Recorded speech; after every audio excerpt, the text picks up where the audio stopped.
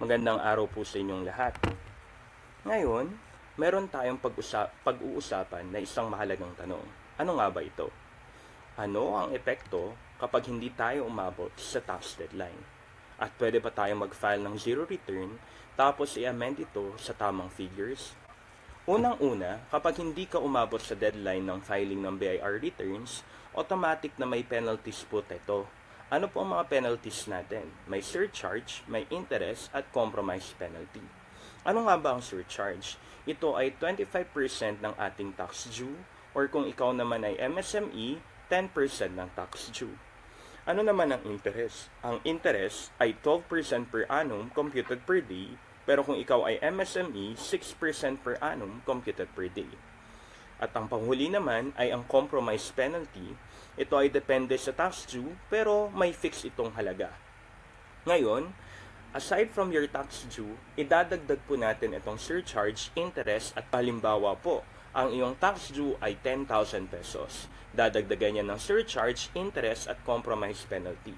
So magiging more than 10,000 po ang iyong tax.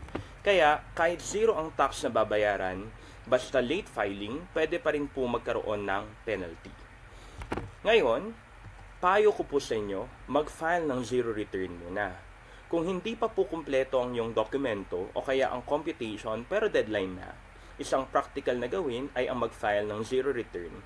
Ibig po sabihin, mag-submit ka ng return na walang tax due para lang hindi ka ma-penalty ng late filing. Uulitin ko po, kahit zero ang iyong tax due, pag hindi ka nag-file one time, mayroon ka pa ring penalty. So, ang payo po natin, mag-file ka kahit zero, pero kailangan nyo na lang i-amend ito. Pero tandaan, ito po ay hindi pang matagalang solusyon, kailangan mo talagang i-amend ito. So, paano nga po ba natin i-amend? We amend the return pursuant to RMC 43-2022.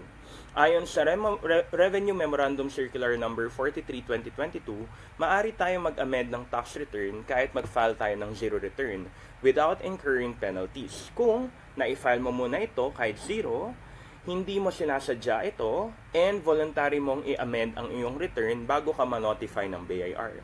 Ano po itong notification ng BIR? Ang notification po ng BIR ay any letter of authority or notice mula sa BIR. So in summary po, late filing is equal to penalties. File a zero return kung kinakailangan para hindi lang malate. Ngayon, pag nag-file ka na ng zero return, amend it ASAP pursuant to RMC 43-2022.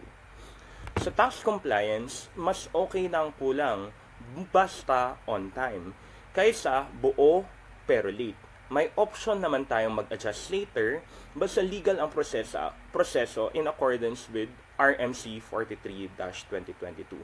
Yan lang po ngayon. Maraming salamat at ingat po tayo sa deadline.